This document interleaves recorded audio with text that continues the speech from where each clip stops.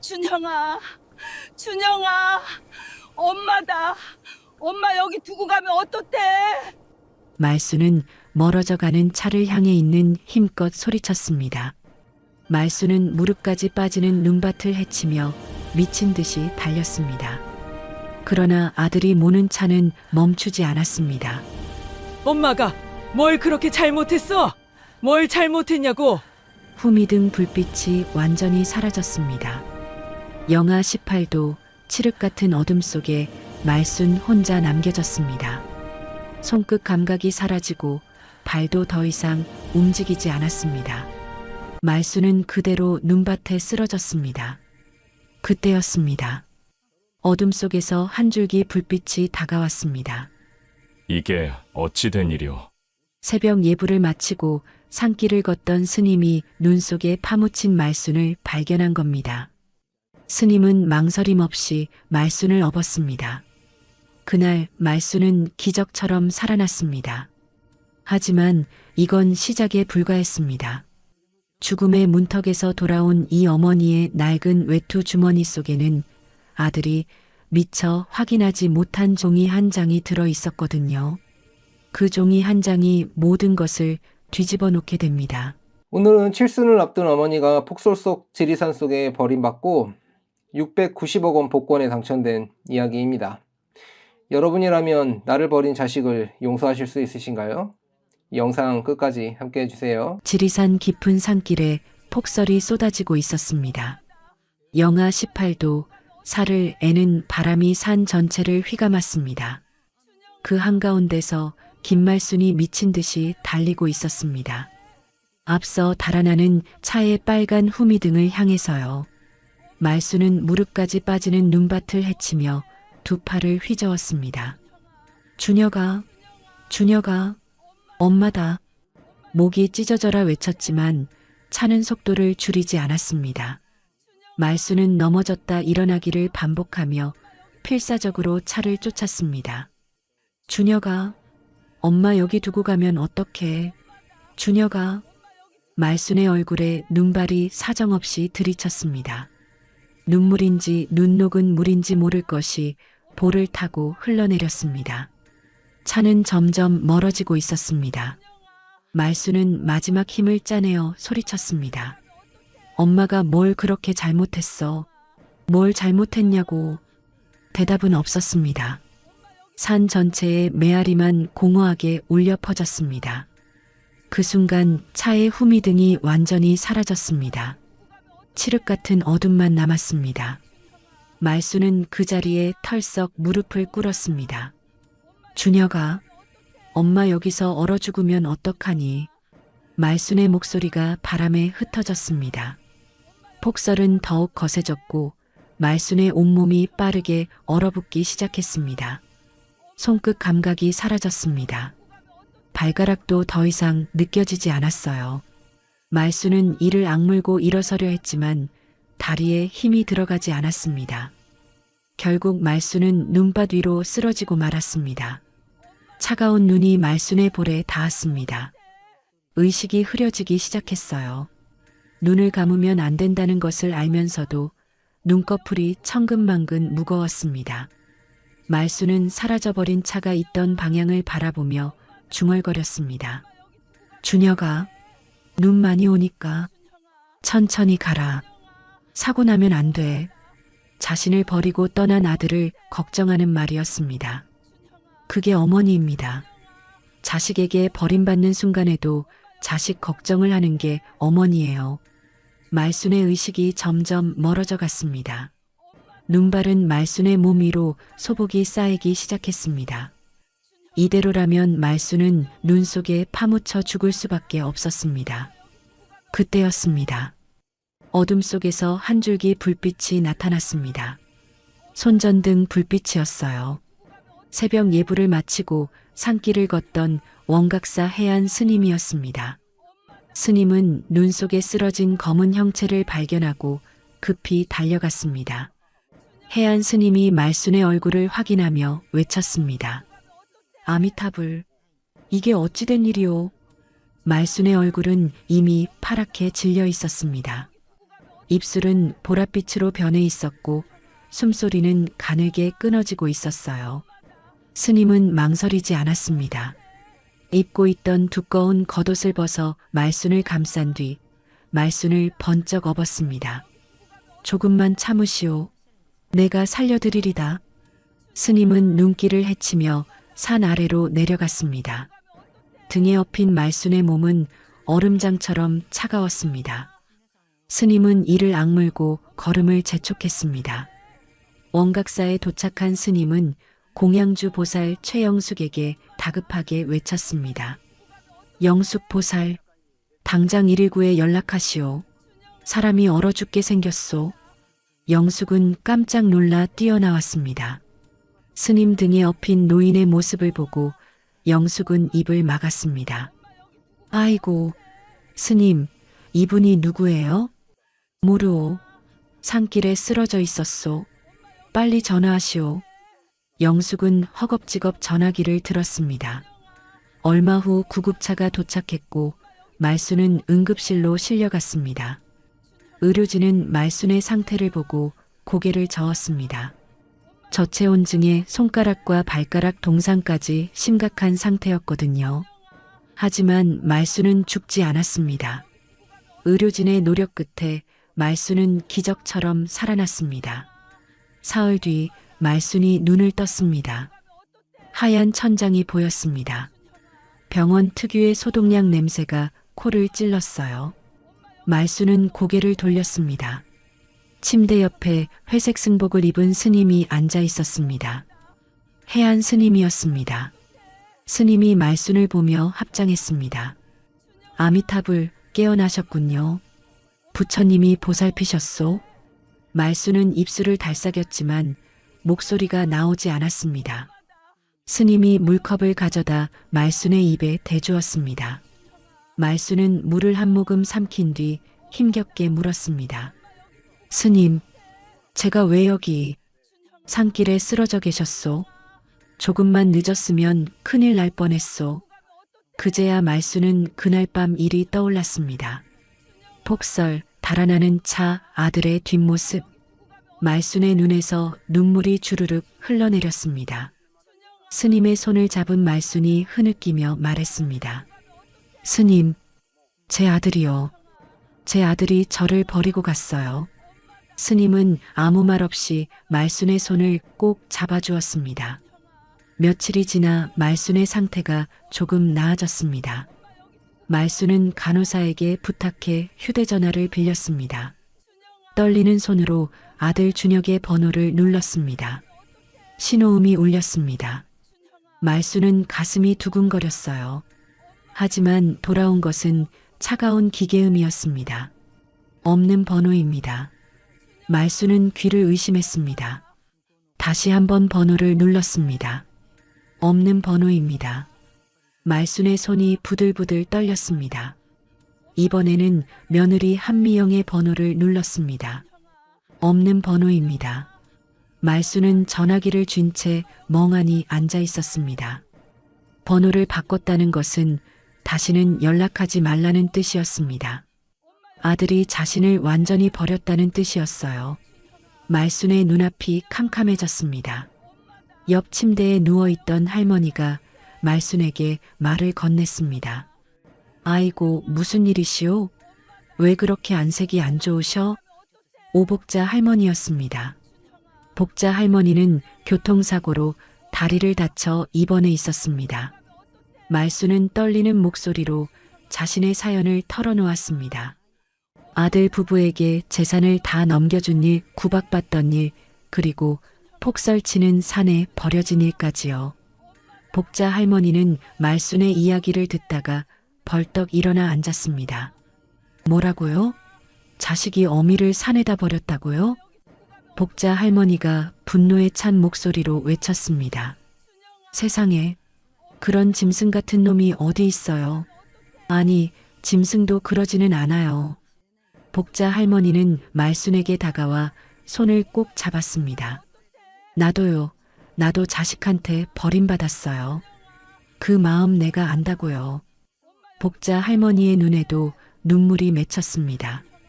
우리 아들놈도 마누라 말만 듣고 날 요양원에 쳐넣고 코빼기도 안 비춰요. 다 똑같아요, 다. 말수는 복자 할머니의 손을 잡고 함께 울었습니다. 같은 아픔을 가진 두 사람은 그렇게 서로를 위로했습니다.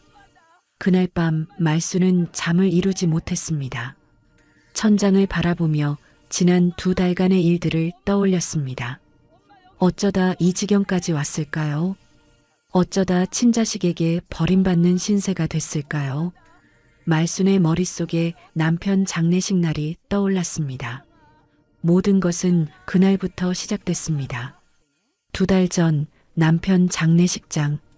검은 상복을 입은 말순이 영정사진 앞에 서 있었습니다.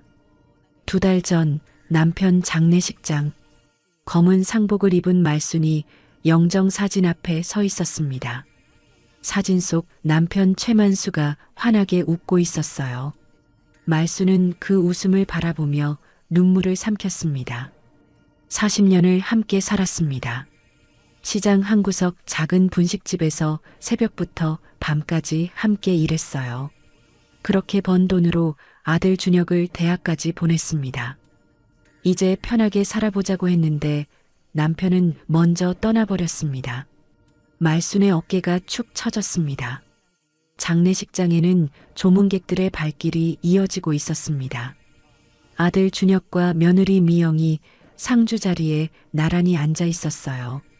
준혁은 눈이 퉁퉁 부어 있었습니다. 아버지를 보내는 것이 힘들었던 거겠죠.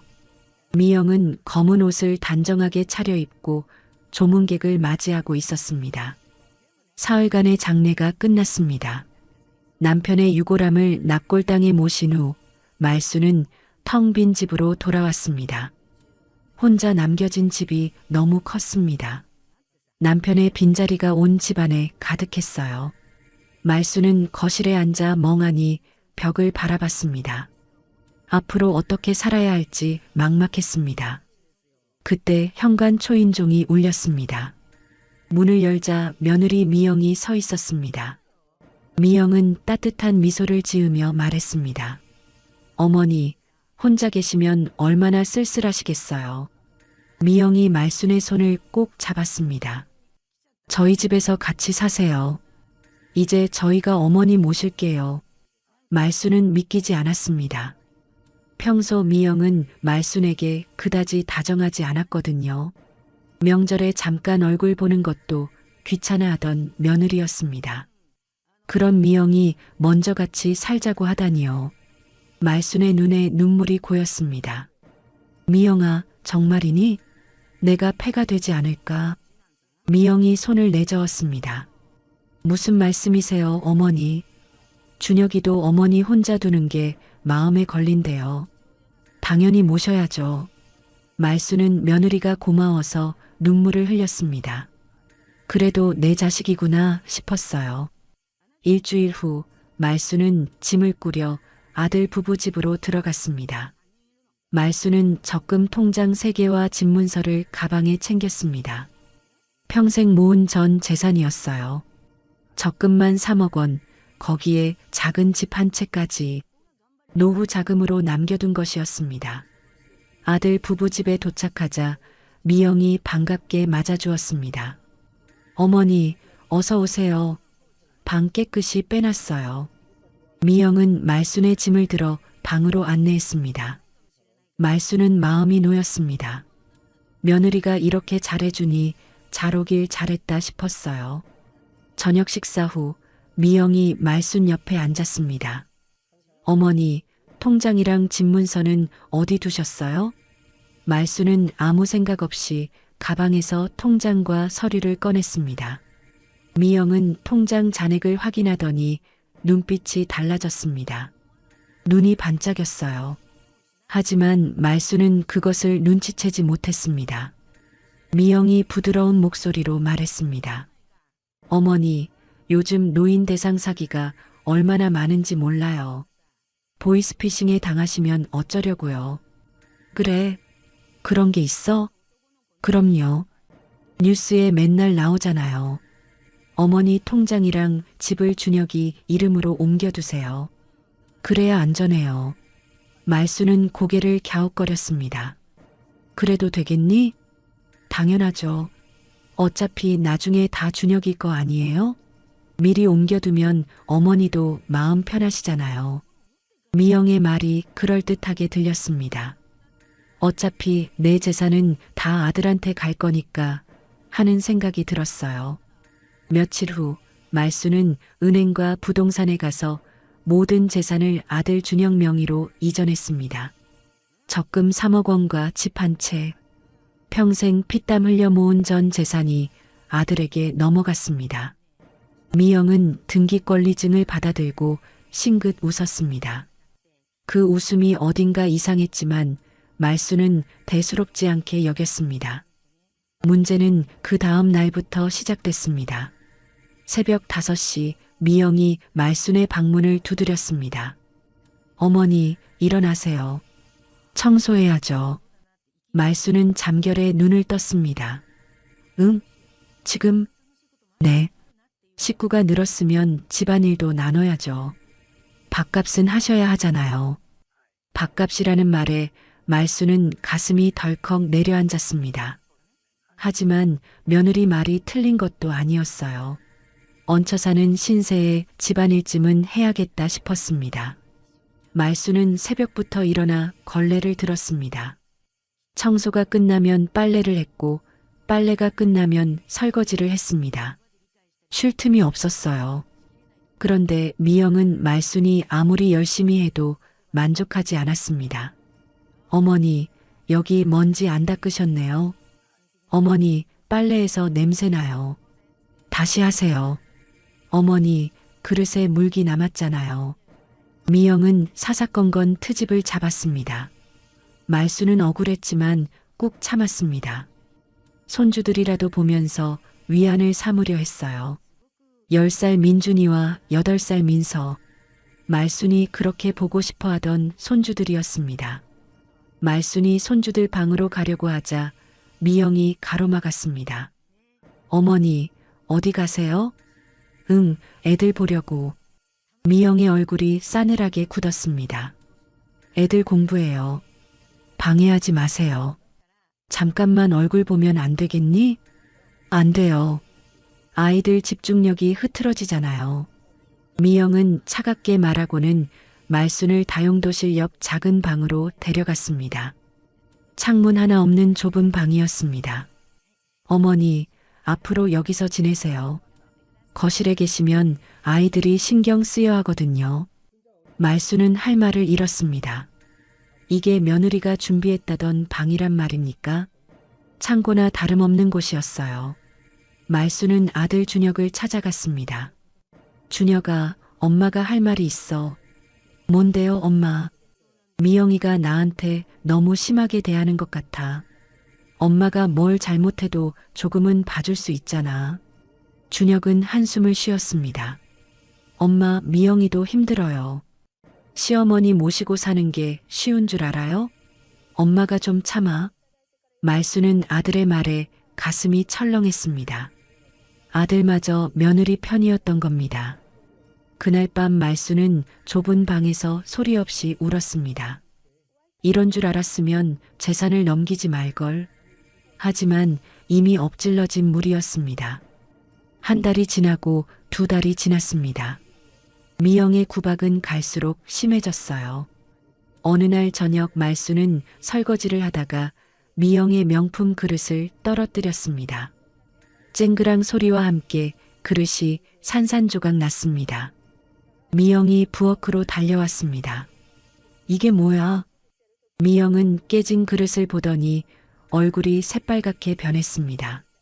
어머니, 이거 얼마짜리인지 알아요? 300만 원이야, 300만 원. 말수는 떨리는 목소리로 말했습니다. 미안하다, 미영아. 손이 미끄러져서. 순간 미영이 손을 들어 올렸습니다. 찰싹? 말순의 뺨에 불이 붙는 것 같았습니다. 미영이 말순의 뺨을 때린 겁니다. 이 침에 걸린 노인네가 왜 자꾸 부엌에 들어와? 하는 일마다 사고야. 말순은 뺨을 감싸 쥔 채 비틀거렸습니다. 평생 맞아본 적 없는 뺨이었어요. 남편도 손찌검 한 번 안 했는데 며느리한테 맞다니. 말순의 눈에서 눈물이 주르륵 흘러내렸습니다. 그때 준혁이 소리를 듣고 달려왔습니다. 말순은 아들을 보자 울먹이며 말했습니다. 준혁아, 미영이가 엄마를. 준혁은 말순의 말을 끊었습니다. 엄마가 조심하지 그랬어요. 300만 원짜리 그릇인데 어떻게 그걸 깨요? 말순은 귀를 의심했습니다. 엄마가 맞았는데 그게 할 소리입니까? 말순은 가슴이 칼로 도려내는 것처럼 아팠습니다. 그날 밤 말순은 방에서 울다 잠이 들었습니다. 한밤중에 눈을 뜬 말순은 화장실을 가려고 방문을 열었습니다. 복도를 지나는데 거실에서 소곤거리는 소리가 들려왔습니다. 준혁과 미영이었습니다. 말순은 발걸음을 멈추고 귀를 기울였어요. 미영의 목소리가 들려왔습니다. 여보, 어머니 요양원에 보내야 해. 나 진짜 못 살겠어. 요양원 비용이 얼마인데? 그 돈이 어디 있어? 그럼 어쩔 건데? 이대로 같이 살다간 내가 먼저 죽어.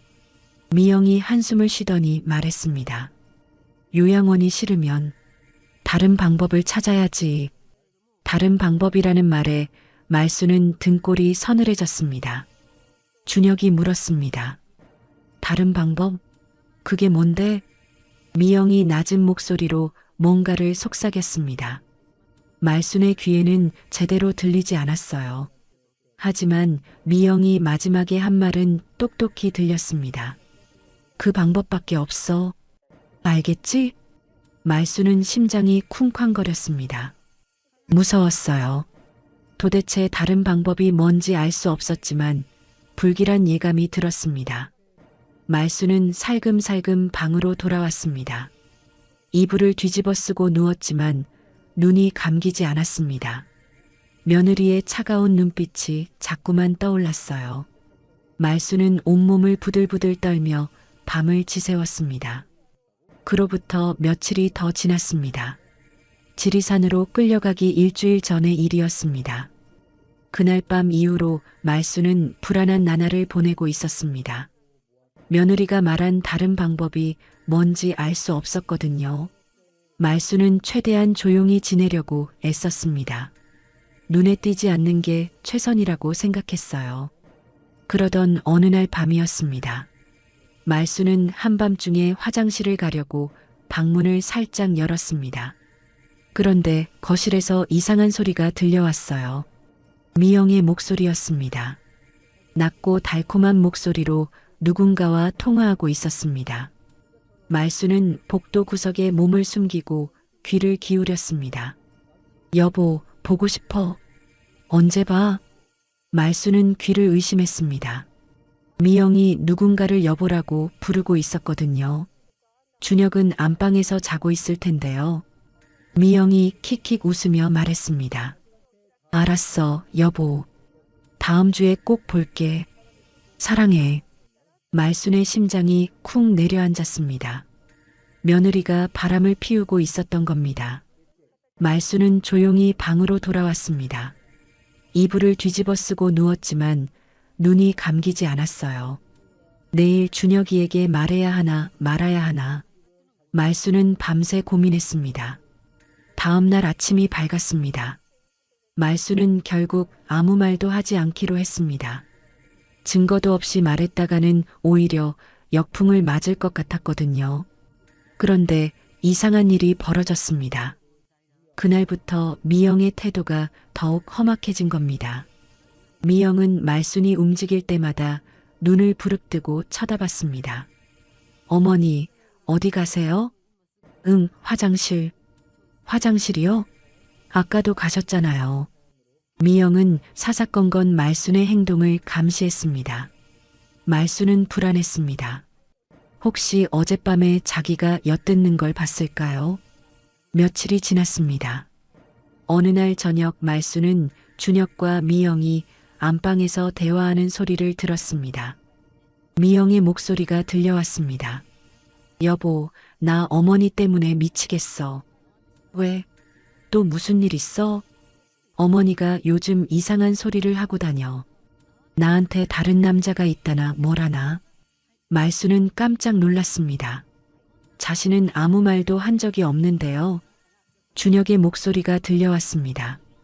뭐, 엄마가 그런 소리를 했어? 응. 동네방네 떠들고 다닌대. 치매 증상이 심해진 것 같아. 말수는 억울해서 입술을 깨물었습니다. 한 번도 그런 말을 한 적이 없었거든요. 미영이 새빨간 거짓말을 하고 있었습니다. 다음 날 아침 준혁이 말순을 찾아왔습니다. 얼굴이 굳어 있었어요. 엄마, 할 말이 있어요. 그래, 뭔데? 준혁은 한숨을 쉬더니 말했습니다. 엄마, 요즘 헛것이 보여요? 이상한 소리 좀 하고 다니지 마요. 말수는 기가 막혔습니다. 이상한 소리? 내가 언제? 미영이한테 딴 남자가 있다고 했잖아요. 그런 말 어디서 들은 거야? 말수는 억울함이 북받쳤습니다. 나는 그런 말 한 적 없어.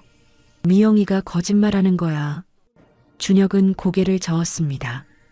엄마, 요즘 기억력이 많이 안 좋아지셨잖아. 치매 초기 증상인가 봐. 병원 한번 가보셔야겠어요. 말수는 할 말을 잃었습니다. 아들이 자기 말을 전혀 믿지 않았거든요. 오히려 치매 취급을 하고 있었어요. 말수는 방으로 돌아와 혼자 울었습니다. 억울하고 분했지만 하소연할 곳이 없었습니다. 며칠 후 미영이 준혁에게 제안을 했습니다. 여보, 어머니를 지리산 절에 모셔다 드리자. 절? 갑자기 왜? 어머니가 요즘 많이 힘들어 하시잖아.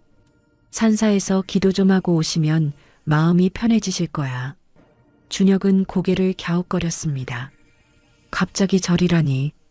엄마가 좋아하시려나? 미영이 부드러운 목소리로 말했습니다. 겨울 산사가 얼마나 좋은데. 찬바람 쐬시면 정신도 맑아지실 거야. 준혁은 여전히 망설였습니다. 그래도 이 추운 겨울에 미영이 준혁의 팔을 잡으며 말했습니다. 일주일만 계시다가 모셔오면 돼. 어머니도 환기가 필요하시잖아. 결국 준혁은 고개를 끄덕였습니다. 알았어. 그럼 이번 주말에 모셔다 드리자. 미영의 입꼬리가 살짝 올라갔습니다. 그 미소를 본 사람은 아무도 없었어요. 유기 당일 아침부터 하늘이 잔뜩 흐려 있었습니다. 일기예보에서는 저녁부터 폭설이 내린다고 했습니다. 미영이 말순의 방문을 두드렸습니다. 어머니, 오늘 절에 모셔다 드릴게요. 준비하세요. 말순은 의아했지만 한편으로 기뻤습니다. 아들 내외가 자기를 절에 데려다 준다니요. 그동안 구박만 받다가 오랜만에 나들이를 가게 된 것 같았어요. 말순은 외출복으로 갈아입고 낡은 외투를 챙겼습니다. 외투 안주머니에는 남편 제삿날 무심코 산 로또 복권이 들어 있었습니다. 말순은 그 사실을 까맣게 잊고 있었어요. 준혁이 차 시동을 걸었습니다. 말순은 뒷좌석에 앉았고 미영은 조수석에 앉았습니다. 차가 출발했습니다. 말순은 창밖을 바라보며 작은 행복을 느꼈습니다. 아들과 함께 차를 타고 어딘가로 간다는 게 오랜만이었거든요. 준혁아, 어느 절로 가는 거니? 지리산에 있는 절이에요, 엄마. 그래, 지리산이면 꽤 멀구나. 말순은 별 의심 없이 고개를 끄덕였습니다. 차는 고속도로를 타고 남쪽으로 달렸습니다. 몇 시간이 지나자 해가 뉘엿뉘엿 지기 시작했습니다. 차창 밖으로 눈발이 날리기 시작했어요. 점점 눈이 굵어졌습니다. 차는 지리산 깊은 산길로 접어들었습니다. 인적이 드문 길이었어요. 가로등 하나 없는 캄캄한 산길이었습니다. 말수는 불안해지기 시작했습니다. 준혁아, 절이 이렇게 깊은 데 있어? 준혁은 대답하지 않았습니다. 말수는 더욱 불안해졌어요. 미영아, 절이 어디 있는 거니? 미영도 대답하지 않았습니다. 차가 멈췄습니다. 사방이 온통 어둠뿐이었어요. 눈은 점점 더 세차게 내리고 있었습니다. 미영이 뒤를 돌아보며 말했습니다. 어머니, 여기서 내리세요. 말수는 귀를 의심했습니다. 뭐, 여기서? 절이 어디 있는데? 미영은 차가운 목소리로 말했습니다. 저희는 이제 갈 길 가야 해서요. 내리세요. 말수는 덜컥 겁이 났습니다. 무슨 소리야? 이 산속에 나를 버리겠다고? 말수는 아들에게 매달렸습니다. 준혁아, 이게 무슨 짓이야? 엄마한테 이러면 안 되지. 준혁은 고개를 돌린 채 아무 말도 하지 않았습니다. 어깨가 파르르 떨리고 있었어요. 말수는 아들의 팔을 붙잡았습니다. 준혁아, 엄마 보고 내리라고 하면 안 돼. 제발. 응? 엄마가 잘못한 거 있으면 빌게. 제발 이러지 마. 준혁이 작은 목소리로 말했습니다. 엄마 미안해. 그 말이 끝나자마자 미영이 뒷문을 열었습니다. 그리고 말순을 밀어 차 밖으로 내렸습니다. 말순은 눈밭 위로 나뒹굴었습니다. 안 돼. 준혁아. 말순이 일어나기도 전에 차가 출발했습니다. 말순은 미친 듯이 차를 쫓았습니다. 준혁아, 준혁아, 엄마야. 하지만 차는 멈추지 않았습니다. 빨간 후미등이 점점 작아지더니 결국 어둠 속으로 사라졌습니다. 말순은 눈밭에 쓰러졌습니다. 폭설이 쏟아지고 있었습니다. 영하 18도의 혹한이 말순의 몸을 얼려갔습니다. 의식이 점점 멀어져 갔어요. 그때였습니다. 저 멀리서 한 줄기 불빛이 다가오는 게 보였습니다. 말순은 그 불빛을 향해 손을 뻗었습니다. 하지만 손가락은 이미 얼어서 움직이지 않았어요. 말순의 눈이 스르르 감겼습니다. 회상은 거기서 끝이 났습니다. 병원에서 눈을 뜬 지 2주가 지났습니다. 말순은 동상과 저체온증 치료를 마치고 퇴원하게 되었습니다. 손가락 2개는 끝마디가 까맣게 변했지만 다행히 절단하지 않아도 됐어요. 의사가 말했습니다.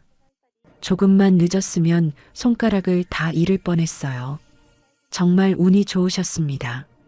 말수는 자신을 살려준 해안 스님에게 다시 한번 감사 인사를 했습니다. 스님, 정말 고맙습니다. 스님 아니었으면 저는 죽었을 거예요. 해안 스님이 합장하며 말했습니다. 아미타불, 부처님이 보살피신 겁니다. 말수는 퇴원 준비를 하면서 걱정이 앞섰습니다. 집이 어떻게 됐는지 확인해야 했거든요.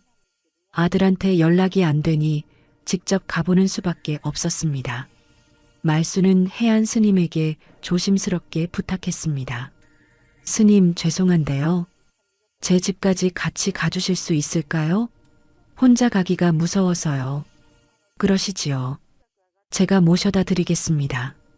말수는 스님의 따뜻한 말에 눈물이 핑 돌았습니다. 병원 같은 병실에 있던 복자 할머니가 말순의 손을 꼭 잡았습니다. 말순 씨, 힘내요. 무슨 일 있으면 꼭 연락해요. 복자 씨, 고마워요. 당신도 빨리 나으세요. 두 사람은 서로를 꼭 껴안았습니다. 같은 아픔을 가진 사람끼리 통하는 게 있었어요. 말순은 해안 스님과 함께 택시를 타고 집으로 향했습니다. 차창 밖으로 익숙한 풍경이 지나갔습니다. 가슴이 두근거렸어요. 집이 어떻게 됐을지 불안했습니다. 택시가 말순의 집 앞에 멈췄습니다. 말순은 차에서 내리다가 그 자리에서 굳어버렸습니다. 대문에 매매 완료라는 커다란 종이가 붙어 있었거든요. 말순은 믿을 수 없어서 눈을 비볐습니다. 이게 무슨... 말순이 비틀거리며 대문 쪽으로 다가갔습니다. 그때 현관문이 열리더니 젊은 부부가 나왔습니다. 젊은 남자가 말순을 보며 물었습니다. 누구세요? 무슨 일이시죠? 말순은 떨리는 목소리로 말했습니다. 저 여기 살았는데요. 이 집이 제 집인데요. 젊은 여자가 고개를 갸웃거렸습니다. 네, 무슨 말씀이세요? 저희가 한 달 전에 이 집 샀는데요. 한 달 전이요? 네. 부동산에서 급매로 나왔대요. 집주인 아들이라는 분이 파셨다던데요. 말순의 눈앞이 캄캄해졌습니다. 아들 준혁이 집을 팔아버린 거였습니다. 어머니를 산에 버리고 집까지 팔아버린 거예요. 말순은 그 자리에서 다리가 풀려 주저앉았습니다. 해안 스님이 급히 말순을 부축했습니다. 보살님, 괜찮으십니까? 말순은 대답하지 못하고 울기만 했습니다. 평생 살던 집이었어요. 남편과 함께 피땀 흘려 마련한 집이었습니다. 그 집이 한순간에 남의 것이 되어버린 거예요. 해안 스님이 젊은 부부에게 사정을 설명했습니다. 젊은 부부는 안타까운 표정을 지었지만 어쩔 수 없다고 했습니다. 정당하게 돈 주고 산 집이니까요. 해안 스님이 말순을 부축하며 말했습니다. 보살님, 일단 절로 가시지요. 거기서 쉬시면서 천천히 생각하시지요. 말순은 고개도 들지 못한 채 끄덕였습니다. 갈 곳이 없었어요. 아들한테 버림받고 집도 빼앗기고 이제 정말 아무것도 남지 않았습니다.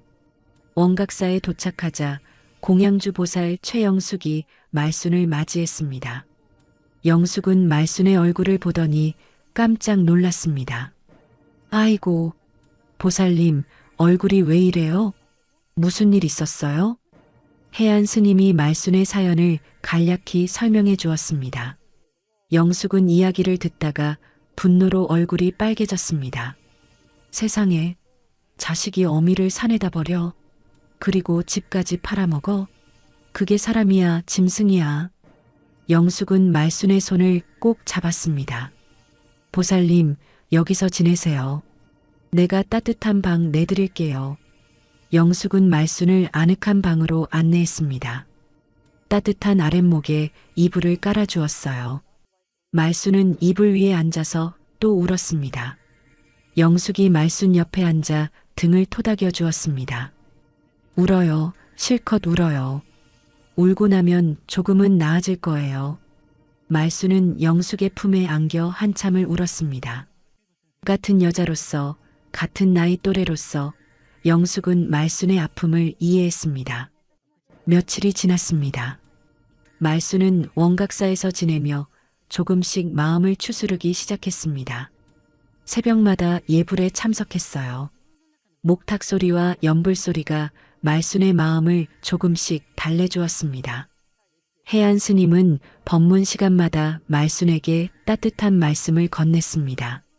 보살님, 원망은 자신을 태우는 불과 같습니다. 지금은 자신을 돌보는 것이 먼저입니다. 말순은 스님의 말씀을 가슴에 새겼습니다. 원망한다고 달라지는 건 없었어요. 지금은 살아남은 것만으로도 감사해야 했습니다. 어느 날 오후였습니다. 영숙이 말순의 낡은 외투를 들고 왔습니다. 보살님, 이 옷 빨아드릴게요. 병원에서 입고 온 거잖아요. 응, 고마워요. 영숙이 외투를 빨래통에 넣으려다가 멈췄습니다. 주머니에 뭐가 있네요. 영숙이 외투 안주머니에서 구겨진 종이 한 장을 꺼냈습니다. 보살님, 이거 뭐예요? 말순은 그 종이를 받아들었습니다. 펼쳐보니 로또 복권이었어요. 말순은 그제야 기억이 났습니다. 남편 제삿날 시장에서 장을 보다가 무심코 산 복권이었거든요. 아, 이거 남편 제삿날 사둔 거야. 확인도 안 하고 잊어버렸네.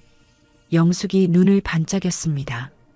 보살님, 혹시 몰라요. 확인해 보세요. 에이, 무슨. 나한테 그런 운이 어디 있겠어. 그래도요.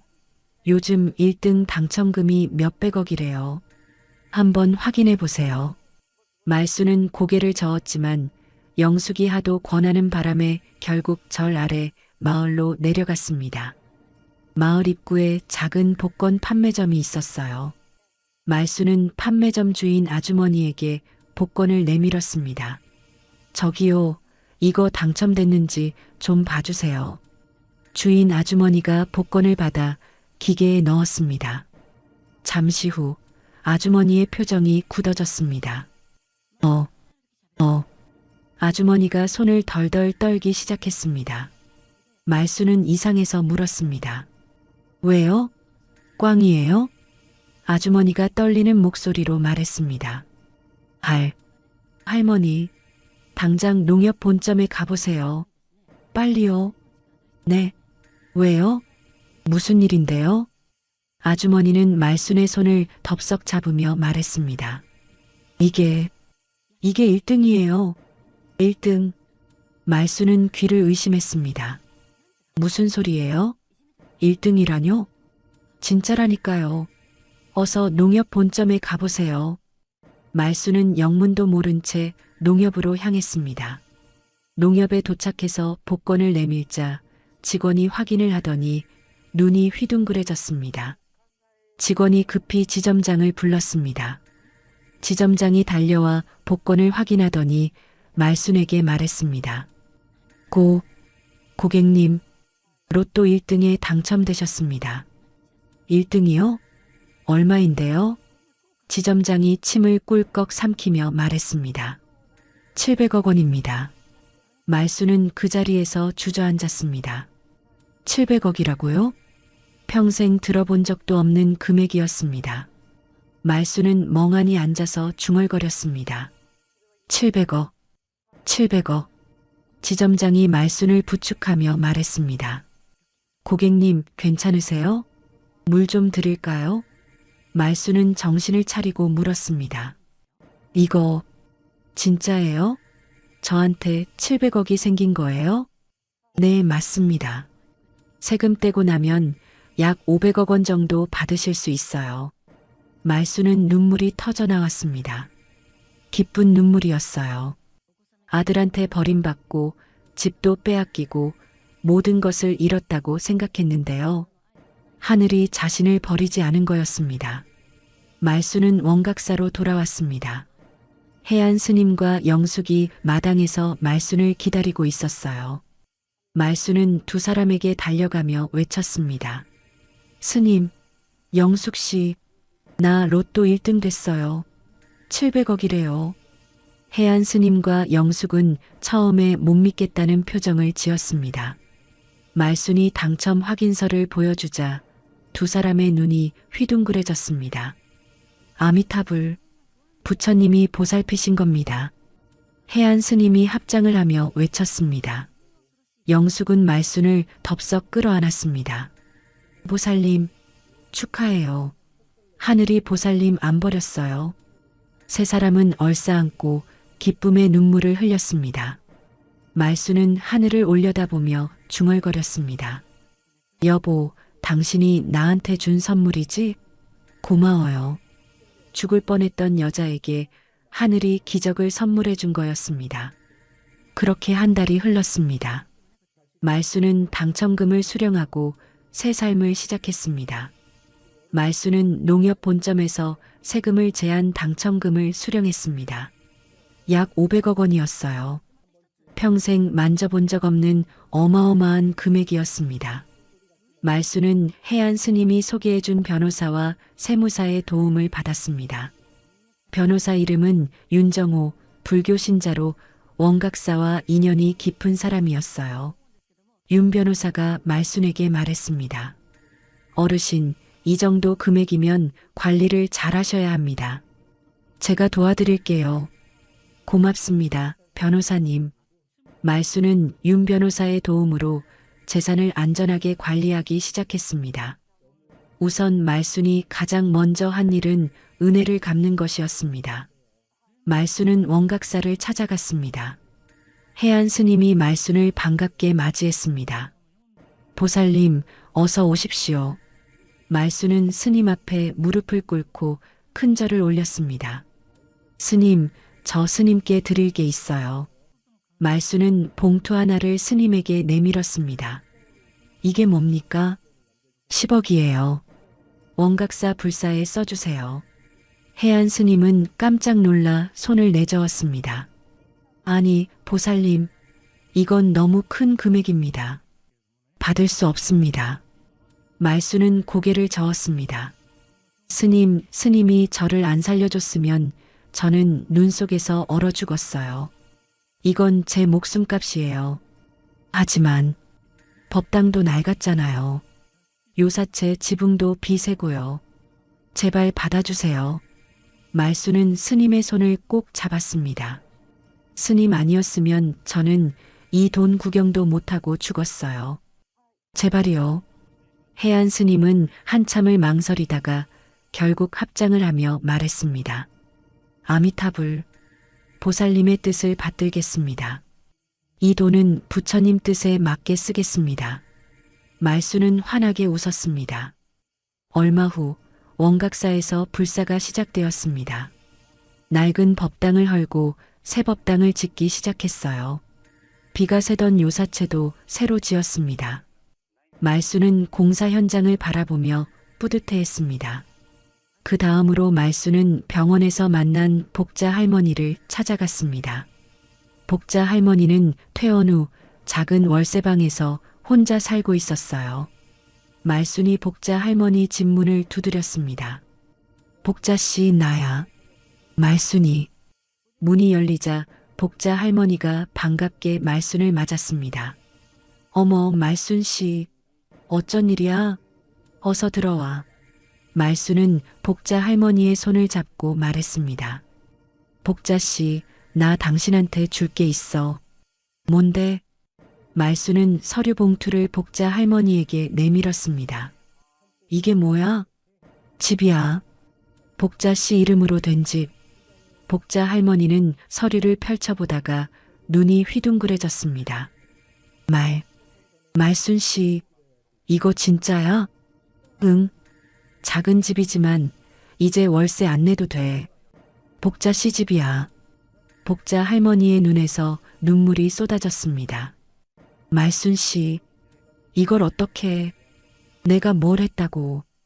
병원에서 내 손잡고 같이 울어줬잖아. 그게 얼마나 큰 위로였는지 몰라. 두 할머니는 서로를 부둥켜 안고 한참을 울었습니다. 말수는 공양주 보살 영숙도 잊지 않았습니다. 원각사를 다시 찾아가 영숙에게 사례금을 건넸습니다. 영숙 씨, 이거 받아요. 영숙은 봉투를 받아보더니 펄쩍 뛰었습니다. 아이고, 보살님, 이게 뭐예요? 이렇게 많이.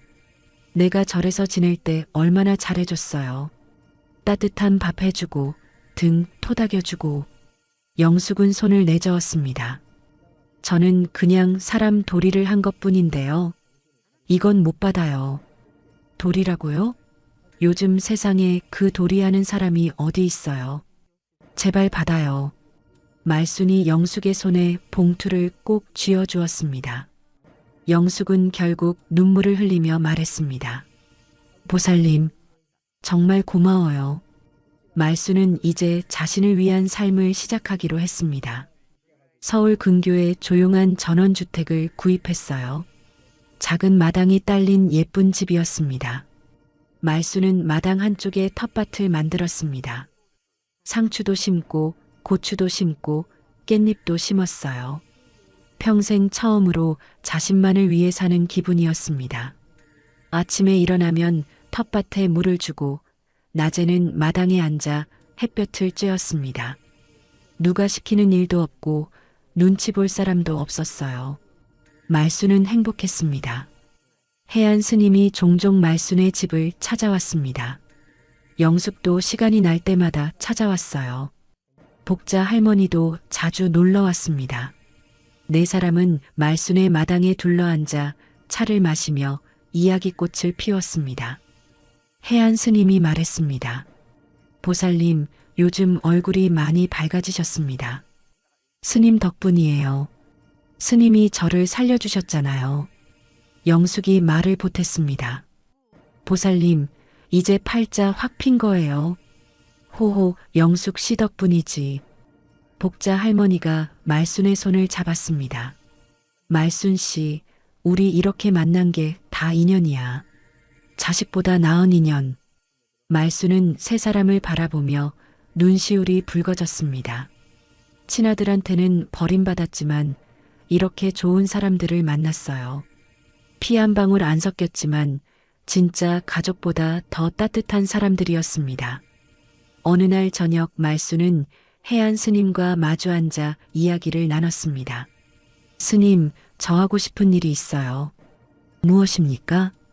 재단을 만들고 싶어요.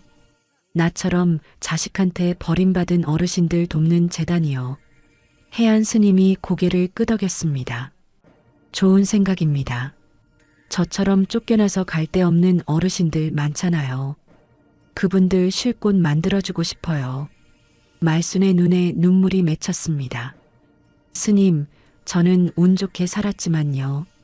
그렇지 못한 분들도 많잖아요. 스님이 말순의 손을 잡았습니다. 보살님의 마음이 부처님 마음입니다. 제가 돕겠습니다. 말순은 윤 변호사의 도움을 받아 재단 설립 준비에 착수했습니다. 재단 이름은 다시 봄으로 정했어요. 다시 봄날이 온다는 뜻이었습니다. 버림받은 어르신들에게도 다시 따뜻한 봄날이 오기를 바라는 마음이었어요. 모든 것이 평화롭고 행복했습니다. 말수는 매일 감사하며 살았어요. 그런데 그때였습니다. 말순의 로또 당첨 소식이 어디선가 새어나가기 시작했습니다. 처음에는 마을 사람들 사이에서 소문이 돌았어요. 저 집 할머니가 로또 1등 당첨됐대. 뭐? 진짜? 소문은 점점 퍼져나갔습니다. 얼마 지나지 않아 지역신문에 기사가 실렸어요. 지리산에서 버려졌다. 94일생 할머니 로또 700억 당첨. 기사가 나가자 전국 방송에서도 취재 요청이 쏟아졌습니다. 말순의 이야기는 순식간에 전국에 퍼졌습니다. 말순은 불안했어요. 이 소식을 아들 준혁이 듣게 되면 어떻게 될까요? 말순의 예감은 틀리지 않았습니다. 그 기사를 보게 될 사람이 있었거든요. 바로 말순을 지리산에 버린 아들 준혁과 며느리 미영이었습니다. 평화로운 나날은 오래가지 못했습니다. 뉴스가 나간 지 사흘째 되던 날이었습니다. 말순은 전원주택 마당에서 텃밭에 물을 주고 있었습니다.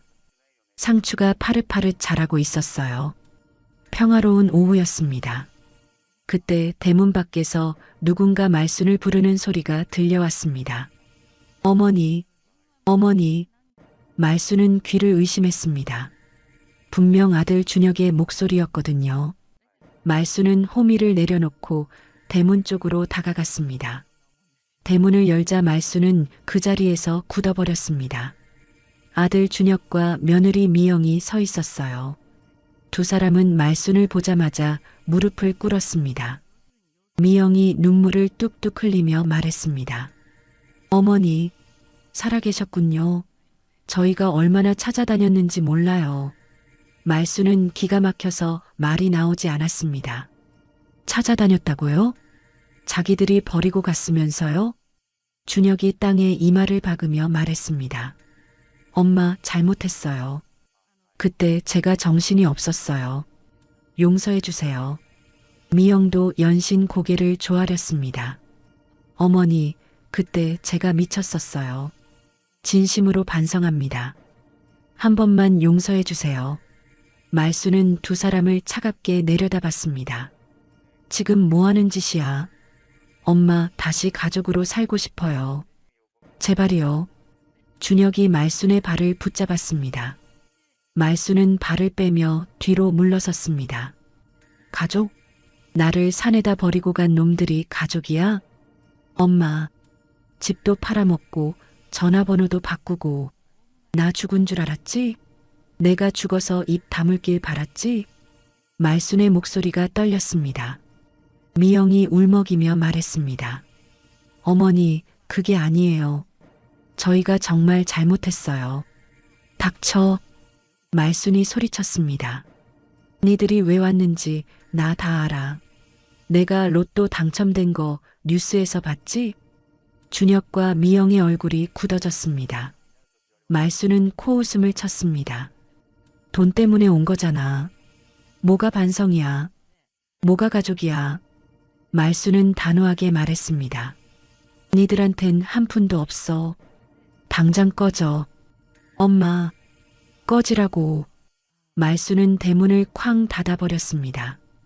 준혁과 미영은 닫힌 대문 앞에서 한참을 서성였습니다. 미영이 이를 악물며 중얼거렸습니다. 두고 봐. 이대로 안 끝나. 두 사람은 쫓겨나듯 돌아갔습니다. 며칠 후 이상한 일이 벌어졌습니다. 한 방송국에서 말순에 대한 기사를 내보낸 거예요. 로또 당첨 할머니 치매로 자식도 못 알아봐. 사기꾼에게 속아 재산 탕진 위기. 말순은 기사를 보고 경악했습니다. 이게 무슨 소리야? 내가 언제 치매래?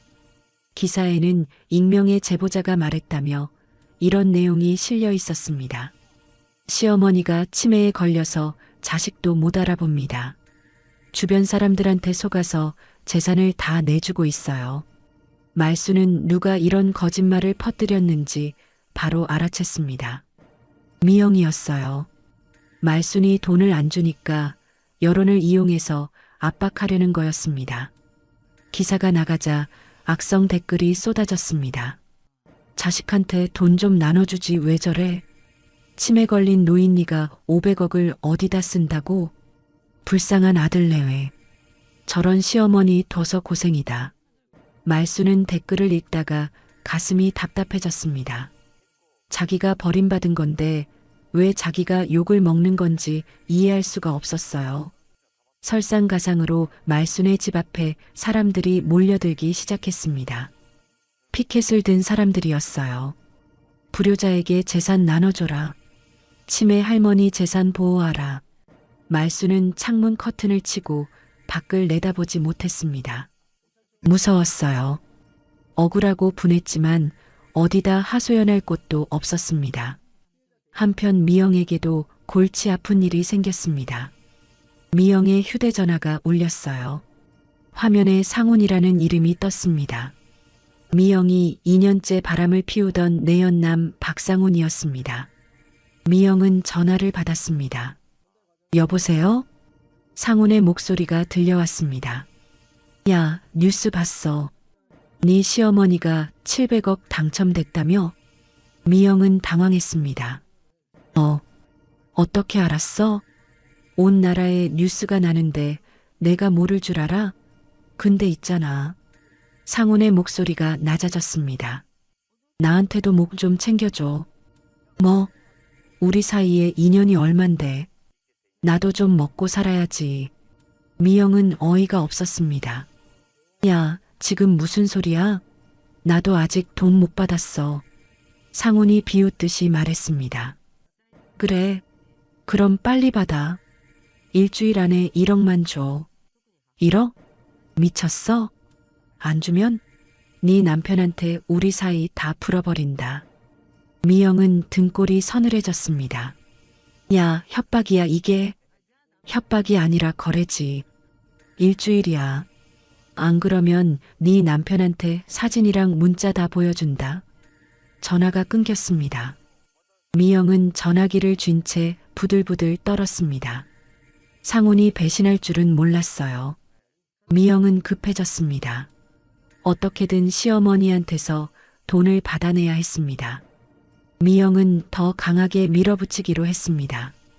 방송국에 추가 제보를 하고 인터넷에 글을 올리고 여론을 더 들끓게 만들었어요. 말순의 집 앞에 몰려드는 사람들은 점점 늘어났습니다. 기자들까지 들이닥쳤습니다.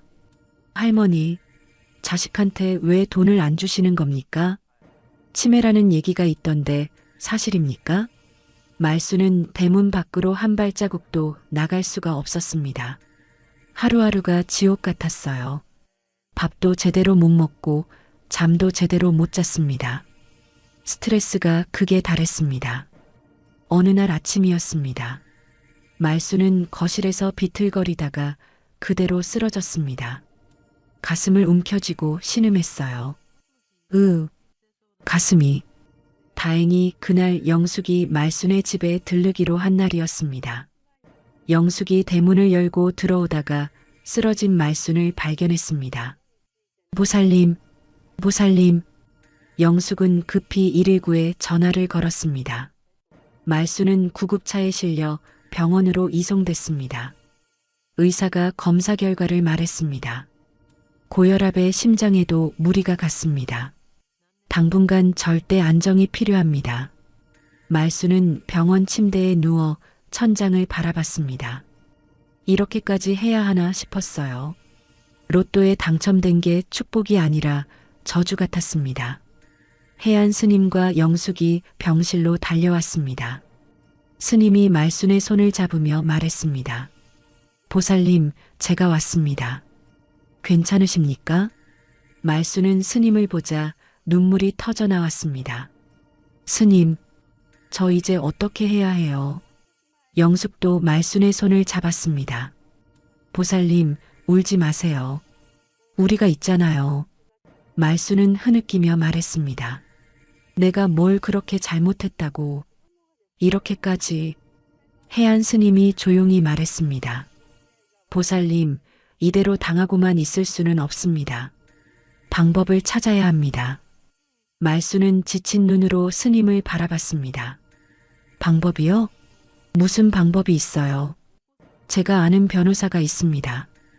윤 변호사에게 도움을 청해 봅시다. 말순은 힘없이 고개를 끄덕였습니다. 이제는 가만히 당하고만 있을 수 없었습니다. 반격을 해야 할 때가 온 거였습니다. 말순이 병원에 실려간 지 일주일이 지났습니다. 그 사이 세상은 뒤집어지고 있었습니다. 미영은 상훈에게 돈을 주지 못하고 있었습니다. 시어머니한테서 돈을 받아내지 못했거든요. 상훈은 점점 초조해졌습니다. 야, 일주일 지났어. 돈 어디 있어? 조금만 기다려. 곧 받아낼 거야. 기다리라고? 나 바보인 줄 알아? 상훈은 더 이상 기다릴 수 없다고 했습니다. 미영이 아무리 달래도 소용없었어요. 알았어. 그럼 내가 직접 해결한다. 상훈은 전화를 끊어버렸습니다. 미영은 불안했지만 설마 진짜로 그러겠어 하고 넘겼습니다. 그게 큰 실수였어요. 다음 날 저녁 상훈은 준혁의 집을 찾아갔습니다. 초인종을 눌렀습니다. 준혁이 문을 열었어요. 누구세요? 상훈은 씩 웃으며 말했습니다. 안녕하세요. 사돈 될 뻔한 사람인데요. 네. 무슨 말씀이? 저 박상훈이라고 합니다. 당신 아내 미영 씨 남자친구요. 준혁은 어이가 없어서 웃었습니다. 뭐라고요? 지금 무슨 헛소리를. 헛소리? 우리 2년 넘게 만났는데요. 상훈이 휴대전화를 꺼내 화면을 준혁에게 보여줬습니다. 사진이었어요. 미영과 상훈이 함께 찍은 다정한 사진이었습니다. 팔짱을 끼고 있었고 미영은 환하게 웃고 있었어요. 준혁의 얼굴이 굳어졌습니다.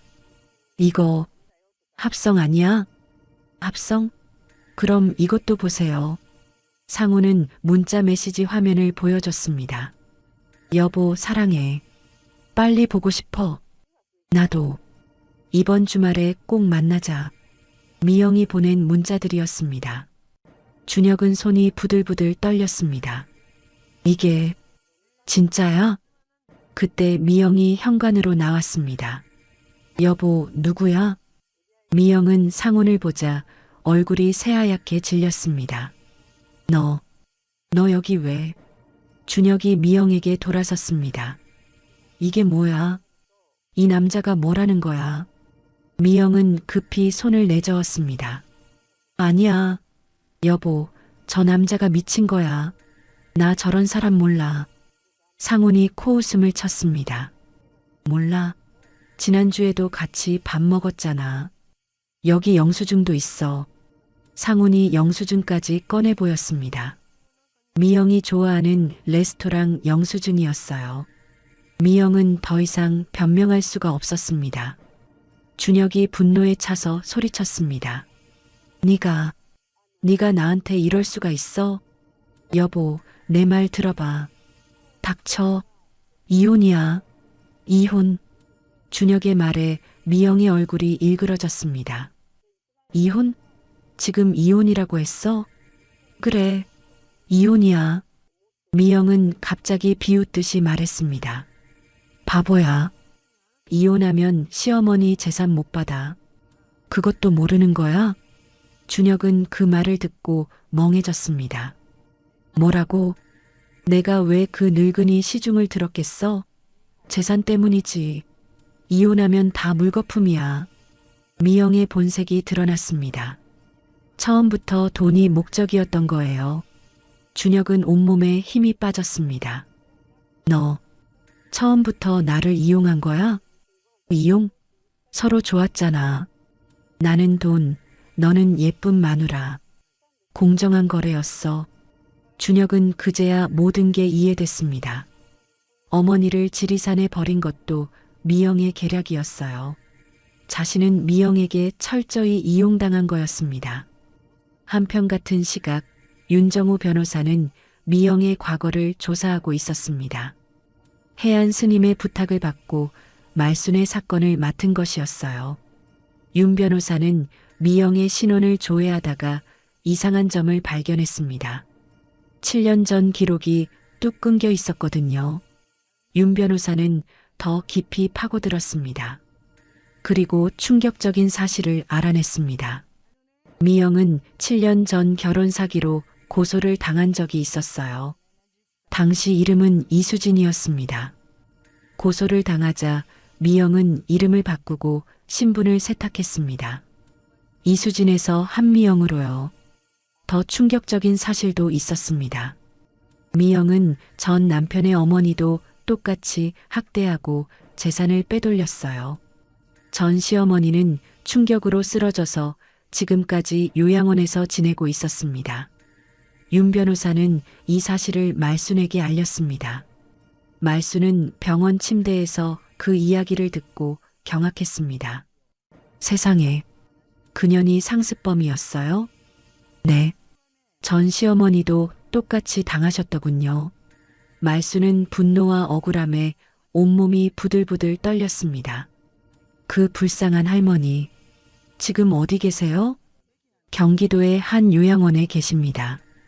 말순은 그 할머니가 너무 안쓰러웠습니다. 자신과 똑같은 일을 당한 거였어요. 윤 변호사는 곧바로 법적 조치를 취했습니다.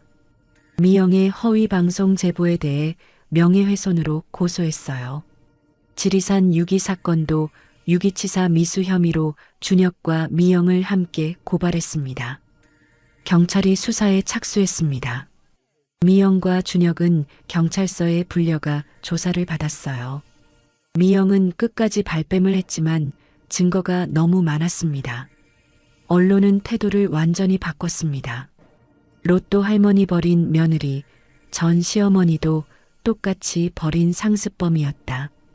결혼 사기 전과까지 충격적인 과거 드러나 기사가 쏟아졌어요. 여론이 완전히 뒤집혔습니다. 세상에 저런 년이 있나? 불쌍한 할머니, 전혀 엄벌해라. 말순 할머니 힘내세요. 말순을 욕하던 댓글들이 모두 미영을 욕하는 댓글로 바뀌었습니다. 재판이 열렸습니다. 검사는 미영에게 중형을 구형했어요. 피고인 한미영은 시어머니를 영하 18도 폭설 속에 유기하여 죽음에 이르게 할 뻔했습니다. 또한 허위 사실을 유포하여 피해자의 명예를 심각하게 훼손했습니다. 미영은 재판정에서 울며 선처를 호소했습니다. 판사님, 살려주세요. 제가 잘못했어요. 하지만 재판부는 냉정했습니다. 판사가 판결문을 읽었습니다. 피고인 한미영을 징역 7년에 처한다. 미영은 그 자리에서 주저앉았습니다. 준혁도 함께 재판을 받았습니다. 피고인 최준혁을 징역 2년에 집행유예 3년에 처한다. 준혁은 고개를 푹 숙인 채 아무 말도 하지 못했습니다. 상훈도 협박죄로 재판을 받았어요. 피고인 박상훈을 징역 1년에 처한다. 상훈은 미영을 노려보며 이를 갈았습니다. 미영은 수갑을 찬 채 법정을 나섰습니다. 믿었던 내연남에게 배신당하고 재산도 못 챙기고 감옥에 가게 됐습니다. 모든 것을 잃은 거였어요. 말수는 병원에서 그 소식을 들었습니다. 해안 스님과 영숙이 곁에 있었어요. 영숙이 말했습니다. 보살님, 끝났어요. 그년이 감옥 갔어요. 말수는 한숨을 내쉬었습니다. 이제 다 끝난 거죠? 해안 스님이 말순의 손을 잡았습니다. 네, 보살님. 이제 다 끝났습니다. 편히 쉬십시오. 말순은 창밖을 바라봤습니다. 봄이 오고 있었어요. 긴 겨울이 드디어 끝나가고 있었습니다. 긴 겨울이 지나고 봄이 왔습니다. 미영이 감옥에 간 지 6달이 흐른 뒤였습니다. 말수는 병원에서 퇴원한 뒤 건강을 회복했습니다. 윤 변호사의 도움을 받아 재단 설립도 마무리됐어요. 재단 이름은 다시 봄이었습니다. 버림받은 어르신들에게도 다시 따뜻한 봄날이 오기를 바라는 마음을 담았어요. 말수는 재단을 설립하고 가장 먼저 한 일이 있었습니다. 미영에게 똑같이 버림받았던 전 시어머니를 찾아가는 것이었어요. 박정자 할머니, 경기도의 한 요양원에서 7년째 지내고 있었습니다. 말수는 해안 스님과 함께 요양원을 찾았습니다. 정자 할머니는 휠체어에 앉아 창밖을 바라보고 있었어요. 얼굴에 생기가 없었습니다. 눈동자도 흐릿했어요. 말수는 정자 할머니 앞에 무릎을 꿇었습니다. 할머니, 저 김말순이라고 해요. 정자 할머니가 천천히 고개를 돌렸습니다. 누구시라고요? 저도 할머니처럼 그년한테 당한 사람이에요. 말순이 정자 할머니의 손을 꼭 잡았습니다. 할머니, 그년 이제 감옥에 갔어요. 징역 7년 받았어요. 정자 할머니의 흐릿한 눈에 눈물이 맺혔습니다. 그년이 잡혔어요? 네. 다시는 할머니 같은 분한테 못된 짓 못해요. 정자 할머니가 말순의 손을 덥석 잡았습니다. 고마워요. 고마워요. 두 할머니는 서로를 부둥켜 안고 한참을 울었습니다. 같은 사람에게 당한 같은 아픔이었어요. 말로 다 할 수 없는 아픔이었습니다. 말수는 정자 할머니를 재단의 첫 번째 후원 대상으로 삼았습니다. 더 좋은 요양원으로 옮겨드리고 필요한 치료도 받게 해드렸어요. 며칠 후 다시 봄 재단 설립 기념식이 열렸습니다. 말순의 전원주택 마당에서 작은 행사가 열렸어요. 생각보다 많은 사람들이 찾아왔습니다. 말순의 사연을 뉴스로 접한 시민들이었어요. 꽃다발을 든 사람도 있었고 응원 현수막을 든 사람도 있었습니다. 말순은 사람들 앞에 서서 인사를 했습니다. 저는 자식한테 버림받은 사람이에요. 말순의 목소리가 떨렸습니다. 폭설치는 산에서 죽을 뻔했어요. 그런데 좋은 분들 덕분에 살았어요. 말순은 해안 스님과 영숙, 복자 할머니를 바라봤습니다. 저는 운이 좋았어요. 하지만 저 같은 운을 못 만나는 분들도 많아요. 말순이 눈물을 닦으며 말했습니다. 이 재단으로 나 같은 사람이 다시는 안 생기게 하고 싶어요. 버림받은 어르신들이 쉴 곳을 만들고 싶어요. 사람들이 박수를 쳤습니다. 말순 할머니 힘내세요. 응원합니다. 말순은 사람들의 응원에 눈물을 흘렸습니다. 기념식이 끝난 후 영숙과 복자 할머니가 말순에게 다가왔습니다. 영숙이 말했습니다. 보살님, 저도 재단에서 일하고 싶어요. 정말요? 네. 저도 어려운 어르신들 돕고 싶어요. 복자 할머니도 말했습니다. 나도 끼워줘. 나도 뭐라도 하고 싶어. 말순은 두 사람의 손을 꼭 잡았습니다. 고마워요. 우리 같이 해요. 세 사람은 재단에서 함께 일하기 시작했습니다.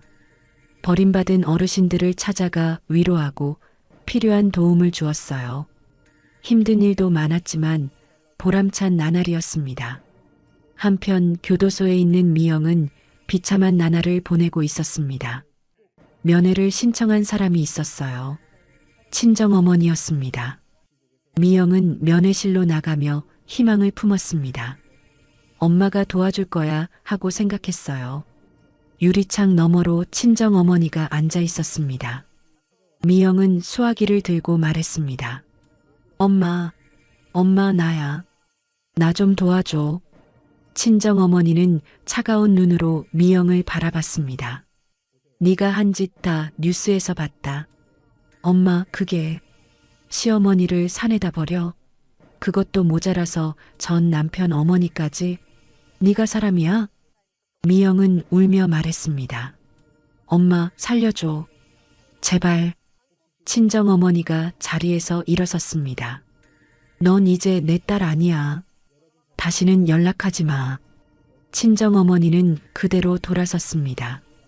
미영은 유리창을 두드리며 울부짖었습니다. 엄마, 가지 마. 하지만 친정어머니는 뒤돌아보지 않았습니다. 미영은 그 자리에서 주저앉아 울었습니다. 교도소 생활은 지옥이었어요. 같은 수감자들이 미영을 손가락질했습니다. 야, 전현이 시어머니 산에다 버린 년이래. 진짜? 짐승만도 못하네. 저런 년은 맞아야 돼.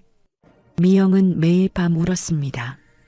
믿었던 상훈에게 배신당하고 재산도 못 챙기고 친정에서도 버림받았습니다. 완전히 혼자가 된 거였어요. 세월이 흘렀습니다. 준혁의 집행유예 기간 3년이 끝났습니다. 준혁은 그동안 힘든 시간을 보냈어요. 미영과 이혼했고 사업은 완전히 망했습니다. 빚쟁이들한테 쫓기다가 겨우 빚을 정리했어요. 이제 남은 건 아무것도 없었습니다. 어느 날 준혁은 다시 봄재단 앞에 섰습니다. 초라한 행색이었어요.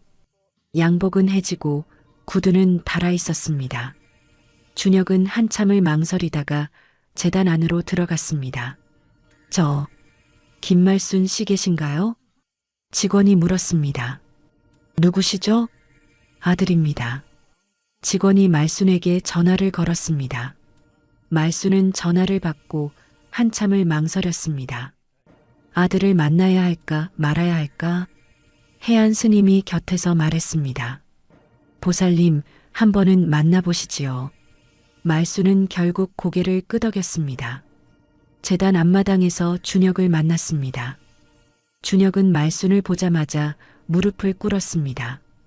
이마가 땅에 닿도록 절을 했어요. 엄마, 잘못했어요. 정말 잘못했어요. 말순은 아무 말 없이 아들을 내려다봤습니다. 준혁이 흐느끼며 말했습니다. 그년한테 속아서 그랬어요. 내가 바보였어요. 엄마를 그렇게 버리면 안 되는 건데. 준혁의 어깨가 들썩였습니다. 용서해줘요, 엄마. 제발. 말순은 긴 침묵 끝에 입을 열었습니다. 준혁아. 네, 엄마. 용서는 한다. 준혁이 고개를 들었습니다. 눈에 희망이 어렸어요. 하지만 말순은 단호하게 말했습니다. 하지만 돈은 한 푼도 없어. 내 돈은 다 어려운 어르신들 돕는 데 쓸 거야. 엄마, 내 인생은 네가 알아서 살아라. 2번 다시 내 앞에 돈 때문에 오지 마. 준혁은 눈물을 흘리며 고개를 끄덕였습니다. 알겠어요, 엄마. 다시는 안 그럴게요. 이번엔 진짜 내 힘으로 살게요. 준혁은 일어나 뒤돌아섰습니다. 비틀거리는 뒷모습이 애처로웠어요. 하지만 말순은 붙잡지 않았습니다. 이제 아들은 스스로 일어서야 했습니다.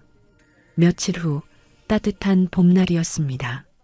말순의 전원주택 마당에 해안 스님, 영숙, 복자 할머니가 모였습니다. 4사람은 마당에 둘러앉아 차를 마셨어요. 텃밭에는 상추가 파릇파릇 자라고 있었습니다. 햇살이 따스하게 내리쬐었어요. 말순이 세 사람을 바라보며 말했습니다. 피는 못 속인다고 했는데요. 해안 스님이 물었습니다. 무슨 말씀이십니까? 말순이 미소 지으며 말했습니다. 피보다 진한 게 있더라고요. 바로 진심이에요. 말순은 세 사람의 손을 하나씩 잡았습니다. 스님, 영숙 씨, 복자 씨, 당신들이 내 진짜 가족이에요. 세 사람의 눈에 눈물이 고였습니다. 영숙이 말했습니다. 보살님, 우리도 보살님이 가족이에요. 복자 할머니가 말했습니다. 그래, 우리 이제 죽을 때까지 같이 살자. 해안 스님이 합장하며 말했습니다. 아미타불, 부처님이 맺어주신 인연입니다. 네 사람은 서로의 손을 꼭 잡았습니다. 따뜻한 봄 햇살 아래서요. 말순은 하늘을 올려다봤습니다. 남편이 보고 있을 것 같았어요. 여보, 나 이제 괜찮아. 좋은 사람들 만났어. 말순의 얼굴에 평화로운 미소가 번졌습니다. 폭설치던 그 겨울밤이 거짓말처럼 느껴졌어요. 이제 말순에게 진짜 봄이 온 거였습니다. 며느리의 고함이 순덕 어머니의 이야기 여기서 마무리할게요. 저는 이 사연을 준비하면서 가슴이 많이 아팠어요. 새벽 4시에 시장 나가고 피까지 팔아서 키운 자식한테 산에 버림받다니요. 그런데 더 마음이 아픈 건요. 이런 일이 드라마 속 이야기가 아니라는 거예요. 실제로 우리나라에서 부모님을 버리거나 학대하는 사건이 매년 수천 건씩 일어나고 있어요. 뉴스에서 자식이 부모 재산 빼돌려 도주라는 기사 한 번쯤 보셨을 거예요. 오늘 사연도 그런 실제 사례들을 바탕으로 각색한 거예요. 물론 690억 당첨은 좀 과장됐을 수 있지만요. 핵심은 그게 아니잖아요. 제가 이 사연에서 꼭 전해드리고 싶은 말씀이 있어요. 자식한테 다 퍼주지 마세요. 노후 자금은 내 손에 꼭 쥐고 계세요. 효도하는 자식은 돈 없어도 효도하고요. 불효하는 자식은 돈 줘도 불효해요. 평생 고생해서 모은 돈 자식 좋으라고 다 주시면 안 돼요. 그리고요, 나를 함부로 대하는 사람한테는 참지 마세요. 자식이라도 예외 없어요. 순덕 어머니가 끝까지 살아남은 건요, 자기 자신을 포기하지 않았기 때문이에요. 마지막으로요, 피가 섞이지 않아도 진심으로 대해주는 사람이 있어요. 순덕 어머니한테는 봉수 씨랑 상훈이가 그랬어요. 자식보다 더 자식 같은 사람들이었어요. 여러분 곁에도 그런 사람이 분명히 있을 거예요. 그 사람들 소중히 여기세요. 혹시 지금 자식 때문에 속상하신 분들 계시면요. 너무 자책하지 마세요. 잘못 키워서 그런 거 아니에요. 자식 잘못이에요. 여러분은 충분히 잘하셨어요. 이제는 자식 걱정 그만하시고요. 내 건강, 내 행복 먼저 챙기세요. 구독과 좋아요, 알림 설정을 눌러주시면 여러분께도 순덕 어머니처럼 진정한 행복이 찾아올 거예요. 댓글로 시청하고 계신 지역과 의견을 남겨주세요. 순잔의 사연 다음에도 재미있는 사연으로 또 찾아뵙겠습니다. 항상 건강하시고 행복하세요. 감사합니다.